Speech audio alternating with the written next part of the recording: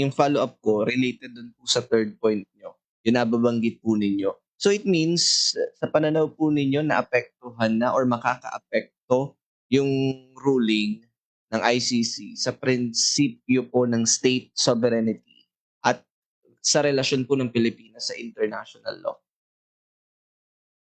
Yes, of course, no? Kasi pumayag tayo.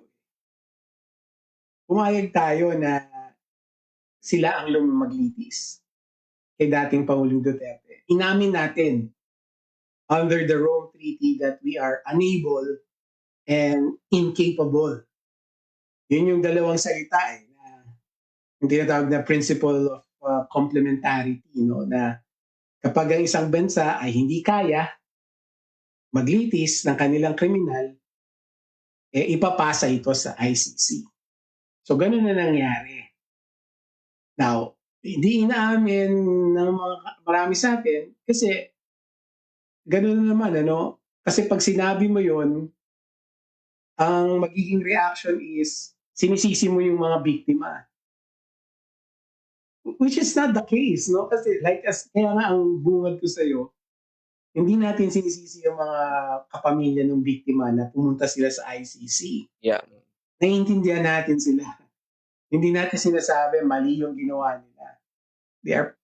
Tama yung ginawa nila sa mata nila at masaya tayo para sa kanila kasi lumalapit na sila sa hustisyang hinahanap nila. Ang kailangan natin panagutin si Pangulong Marcos, yung Marcos administration. And not because gusto lang natin silang sisihin or gusto natin siya mapahiya sa politika. No. Gusto natin siyang mapanagot so that we can institute the correct reforms. Kasi kailangan natin tanungin sarili natin Diyan, ano ba naging problema natin? Bakit hindi natin kayang litisin si Pangulong Duterte?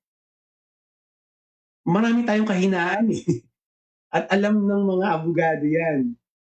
Right? So, kailangan natin i-address yun.